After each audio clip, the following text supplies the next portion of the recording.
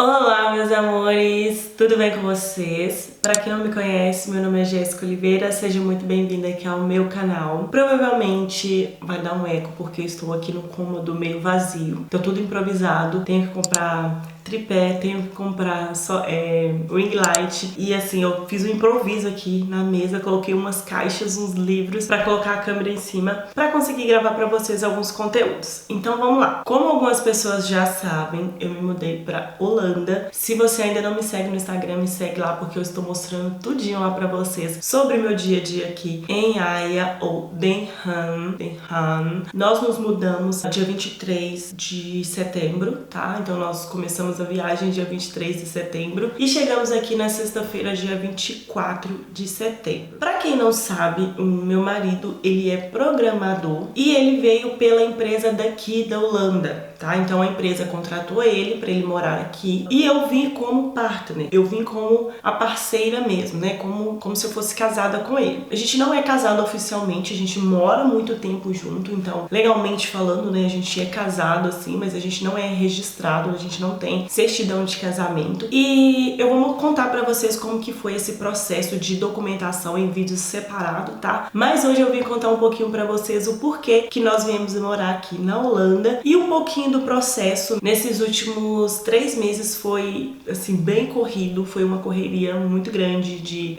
documentação pra visto, devolver apartamento, vender móveis. Gente, foi uma loucura total. Mas como também foi um processo muito corrido, eu optei por não fazer, tipo, aquelas despedidas e tudo mais. Eu vi algumas pessoas mais próximas, que toda vez quando eu vou embora, eu faço questão de ver algumas pessoas. Mas, gente, nesses últimos 3 meses foi correria total, loucura total. O processo do visto mesmo foi em mais ou menos um mês, desde que o meu marido recebeu, né, o contrato. Aí lá a gente tinha que ler o contrato pra ver se a gente concordava com tudo. E aí ele falou que sim, tudo bem. Aí assinamos o contrato, ele assinou o contrato e enviou pra empresa. E a partir do momento que o contrato chegou no RH e tudo certo, que a gente deu início ao processo do visto. Então todo esse processo começou em junho. Ele recebeu uma mensagem, né, no LinkedIn, onde é a página de perfil dele, né, de trabalho. E o recruta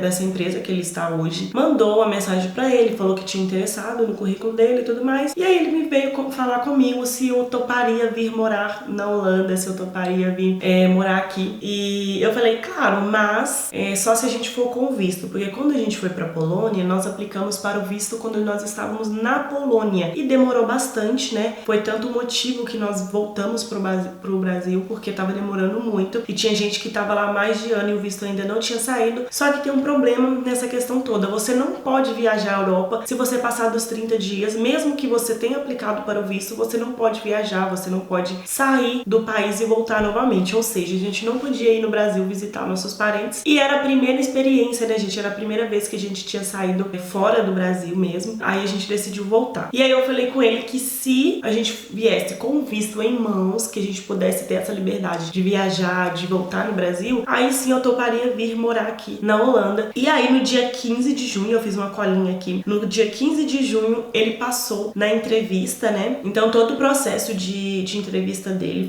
foram três processos assim, e o último foi dia 15 de junho que ele passou, e aí assim, tudo certo, passou, e agora vamos para questões de documentação, contrato. E aí no dia 18 de junho ele recebeu o contrato pra gente ler e tudo mais, e aí no dia 30 de junho ele recebeu um documento do RH com a lista de documentos que ele tinha que enviar pro RH, pra empresa poder enviar as documentações, né, os nossos documentos pro consulado, pra embaixada, enfim, pra ver se a gente ia ser aprovado ou não pra vir morar aqui. Então antes da gente correr atrás de alguns documentos, ele já enviou alguns documentos, e aí meio que foi aprovado, né, tava tudo certo com os documentos, e depois a gente começou com os outros documentos que era necessário para levar para a embaixada, para enviar depois também, né, no consulado, na embaixada, enfim. E aí começou esse processo todo de pegar certidão atualizada. Como a gente não é casado, a gente teve que fazer um papel, um documento no cartório, autenticar, apostilar todos esses documentos. Eu vou contar para vocês quais foram as listas de documentos que a gente teve que fazer e os gastos desses esses documentos também, porque foi caro, tá, gente? Não foi barato, foi bem caro, inclusive. Então, assim, a gente teve que fazer vários documentos, apostilar todos os documentos, e foi basicamente isso. Então, a gente reuniu esses documentos, tanto uma declaração de solteiro que nós tivemos que fazer, basicamente, tá? Então, eu fiz uma, ele fez outra, então cada um tinha que ter duas testemunhas, e aí tinha que ir no cartório registrar. A gente fez a maioria das coisas, a gente fez online. Ainda bem que hoje em dia, também com essa questão de pandemia, a maioria das coisas a gente conseguiu fazer online, porque nós moramos na cidade de Betim, e a maioria das coisas a gente teria que resolver em BH. Inclusive, a questão do apostilamento de alguns documentos a gente teve que ir em BH. Depois de todos esses documentos em mãos, traduzidos, apostilados, e para traduzir a gente tem que pagar alguém para traduzir, que também é bem caro, tá, gente? Foi bem caro. Daí a gente tirou foto desses documentos, mandou pro RH, no caso ele, meu marido, mandou pro RH, pra pessoa que ele estava em contato, né, da empresa. Daí esses documentos foram mandados, e aí eles mandaram um e-mail falando que tava tudo certo, que já poderia agendar a ida no consulado, que foi lá em São Paulo, tá? E aí a gente teria que levar esses documentos originais e algumas cópias, e também foto pra deixar lá no consulado, e pra eles verificarem se tava tudo certo ou não. Levaram o passaporte pra carimbar o visto, e pagaram uma taxa lá, que essa taxa foi paga em euro, tá? Então lembrando que quando você for, você tem que pagar essa taxa em euro lá no consulado, e lá aceita dinheiro e cartão de crédito. Então basicamente foi esse processo. Daí nós fomos lá no dia, deixa eu ver aqui na minha colinha, nós fomos lá no dia 24 de agosto, e no dia 27, na sexta-feira, o visto já chegou em casa, gente, e eu fiquei chocada com a rapidez, porque quando nós fomos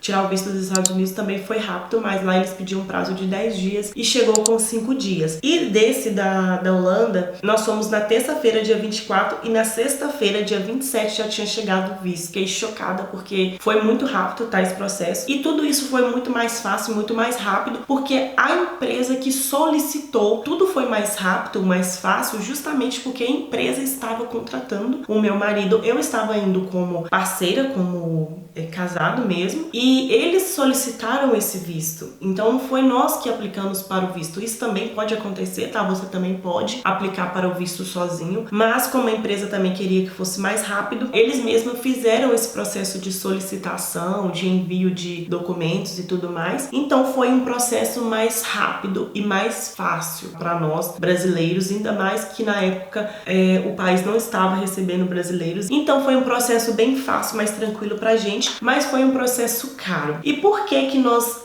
viemos morar aqui na Holanda? Gente, eu já morei em outros países, né? Eu já morei na Polônia, já morei uns 6 meses na Indonésia, em Jacarta, já fomos pro Canadá, já fomos pros Estados Unidos, já fomos para outros países visitar, e a gente sempre encanta com a questão da qualidade de vida que tem aqui, principalmente aqui nos países da Europa, né? Então a questão de qualidade de vida, apesar de muitas das vezes acabar que se você for converter o euro pro real, vai ficar assim mais caro, vamos dizer assim, ficaria mais caro se você fosse converter, mas tudo aqui é baseado com o salário mínimo daqui em euro, e o meu marido também ele vai receber em euro. Então assim, em relação a isso, eu acho que vai mudar muita coisa pra gente, e também é uma experiência de trabalho pra ele. Eu vou continuar trabalhando, né, que aqui no YouTube mesmo, eu vou resenhar, vou mostrar coisas pra vocês, continuar fazendo a mesma coisa, tá? E tô compartilhando com vocês também tudo lá no Instagram. Então nós viemos mais por questões de experiência de vida, pro meu marido experiência de trabalho mesmo, é uma experiência de vida, qualidade de vida, conhecer pessoas, conhecer cultura, e aqui também a gente pretende viajar bastante. Eu não sei se eu disse pra vocês, o meu marido ele vai trabalhar em casa, ele vai ir na empresa de 1 a 2 vezes por semana, e agora nesse momento de pandemia, a empresa ela está trabalhando, todo mundo está trabalhando home office, né? Por enquanto ele vai trabalhar de casa, mas quando tiver tudo ao normal, quando voltar tudo ao normal, 100% normal, provavelmente eles vão querer que ele vão na empresa assim 1 a 2 vezes por semana. Aqui na Holanda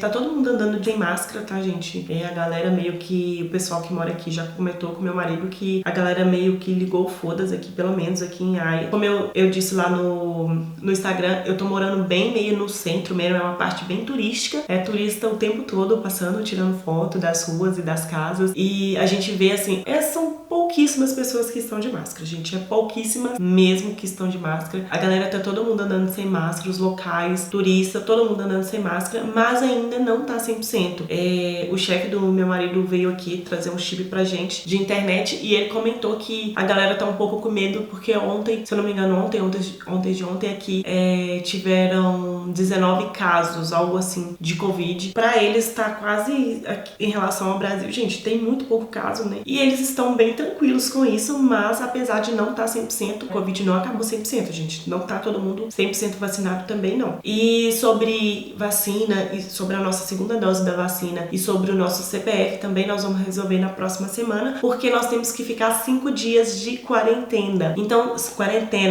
nós vamos ficar esses 5 dias de quarentena. Então na terça-feira nós temos que ir fazer um teste de Covid. E se esse teste de Covid der negativo, a gente já pode sair livremente, a gente já pode turistar, passear, bater perna, ser livre aqui com os cuidados, né, com os devidos cuidados, porque quando a gente vem viajar, a gente tem que fazer um teste de Covid, senão você não entra no avião se você não tiver esse teste de Covid com menos de 24 horas, né? Ele tem que ter mais ou menos nessa faixa de 24 horas, porque algumas regras mudaram. Antes você tinha que fazer um teste de 72 horas e outro 24 horas antes de embarcar, principalmente o brasileiro que estava vindo pra cá. Depois que você chega, você tem que ficar de quarentena e com 5 dias você faz o teste. Antes você tinha que ficar 10 dias, mas agora você pode ficar 5 dias e aí você faz o teste. Se der negativo, você pode começar a circular normalmente. Hoje que eu estou gravando esse vídeo pra vocês, hoje é 26, então hoje é domingo. Na terça-feira, dia 28, nós vamos fazer o teste de Covid pra ver se tá tudo certo. E no dia 4, tá? Que vai dar numa segunda-feira, que nós vamos lá fazer o nosso CPF, que já está agendado, que já foi agendado pela empresa. Então nós vamos fazer esse CPF que chama BSN, se eu não me engano. Vou deixar aqui pra vocês. E é basicamente isso, gente, as informações que eu tenho pra vocês de primeira mão. E ao longo dessas semanas, desses dias, eu vou ir postando mais conteúdos pra vocês sobre o processo que a gente fez pra vir pra cá. Vou fazer um vídeo separadamente falando de documentos e um vídeo separadamente falando de preços de cada documento. Eu tenho que ter um tempinho para organizar quais documentos a gente fez, tudo certinho para contar para vocês com mais detalhe. Para quem tiver dúvida, porque a gente teve sim bastante dúvidas. Cada país funciona de uma forma, cada processo funciona de uma forma. E como foi um processo de empresa, né? Foi um processo de contratação, foi um pouco mais fácil e mesmo assim foi bem caro. Então eu quero compartilhar com vocês tudo isso. E é isso, gente. Basicamente é o que eu tenho pra falar pra vocês. Eu espero muito que vocês tenham gostado dessas informações, tenham gostado do vídeo. Um grande beijo e até o próximo!